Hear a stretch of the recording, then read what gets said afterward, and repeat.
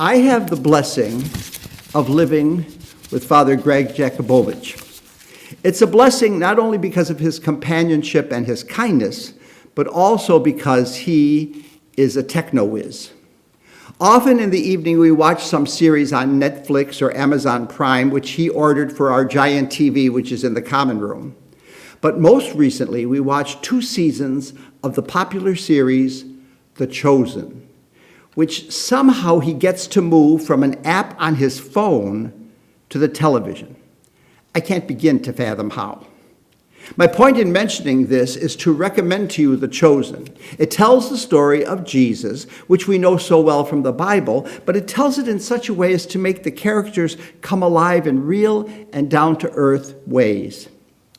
Peter and his brother Andrew are always arguing.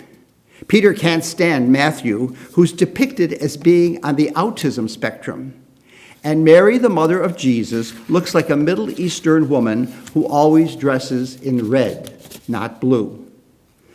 So often when we read the stories of Jesus and his disciples, they seem, remote, abstract, and maybe even bloodless. The last season of The Chosen ended with Jesus about to begin delivering the Sermon on the Mount. I hope that today's gospel story will be depicted in a future episode, because it would be a natural segue when Jesus leaves Galilee to journey to Jerusalem. And I would love to see how they would depict this conversation between the disciples. On this journey, Mark says the disciples were discussing among themselves who was the greatest. Polite discussion would not have been their style of speaking. John Pilch points out in his wonderful book that I often reference, The Cultural World of Jesus. He says, no one whispers in this culture, and squabbles over honor would be quite vociferous. It is telling that Jesus does not ask them, what were you discussing, but rather, what were you arguing about on the way?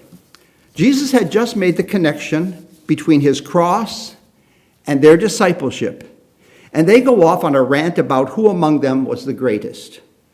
Jesus' question is rhetorical because he already knew what they were arguing about, but he wanted to see if they would tell him. But there was silence.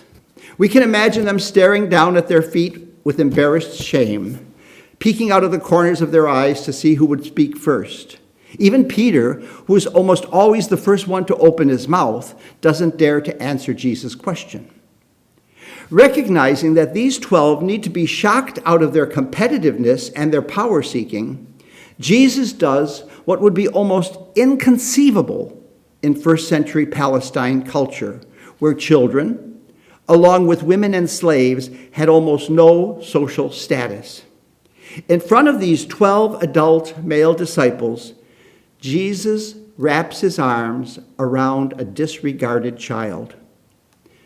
We might tend to romanticize and idealize this picture of Jesus with the little child, but in fact, in ancient times, a child had next to no status, and only after reaching maturity did a child become a free person with rights to inherit the family estate, whatever that might be.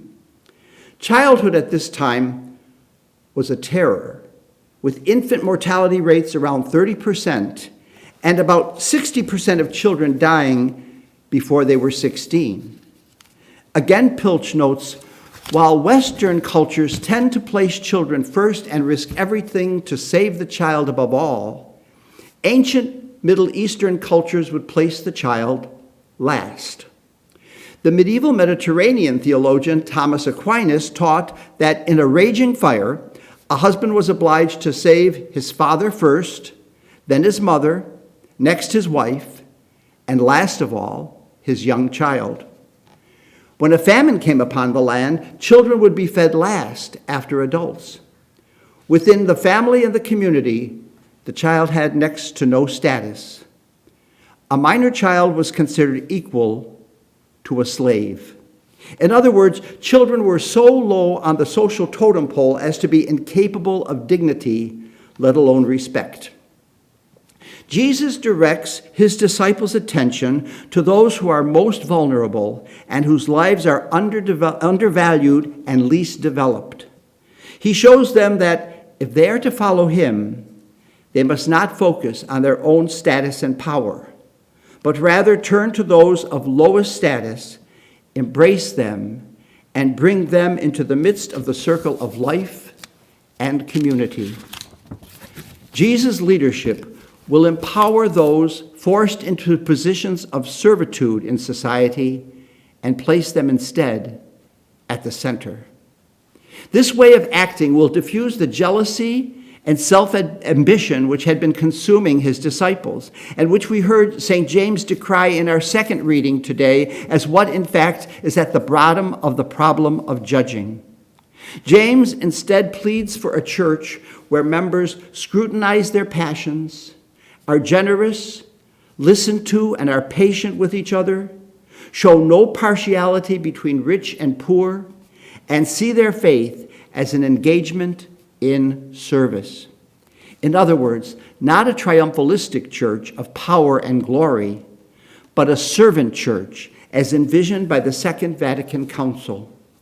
A servant church that will reflect the kingdom Jesus proclaims by honoring the helpless, the dependent, the valueless of society, not only children, but also the poor, the outcast, the hungry. Hearing how little regard there was for children in ancient times might give us a sense of how much more enlightened and caring we are in our modern world. But is that in fact the case? Statistics, from the millions of unborn who are aborted, to children separated from their families at borders or orphaned at war, to those who become refugees, those sold to human traffickers, to victims of gun violence in our schools, to those whose parents refuse to protect them from the pandemic, all indicate that we are living in a world where children are still not safe and not protected by those responsible for their well-being. And this applies not only to children, but to all the wretched of the earth.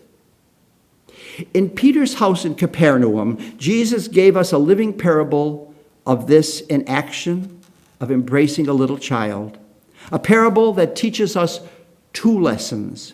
First, he calls us to be a church household that will be a place of inclusion and equality, and not of exclusion and superiority. And secondly, he teaches us that when we welcome those to whom the world's standards assign the least value, we will experience his presence, because we will, in fact, be welcoming him. In a few minutes, Paul will sing a wonderful song that says so powerfully what these lessons are and what we are called to do as Jesus' disciples. It is called Child of the Poor, and it says, "Who is the stranger here in our midst, looking for shelter among us? Who is the outcast?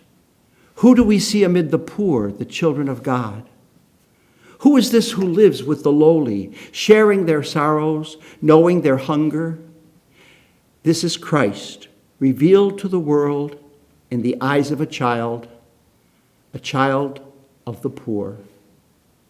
Bring all the thirsty, all who seek peace, bring those with nothing to offer, strengthen the feeble, say to the frightened heart, fear not, here is your God.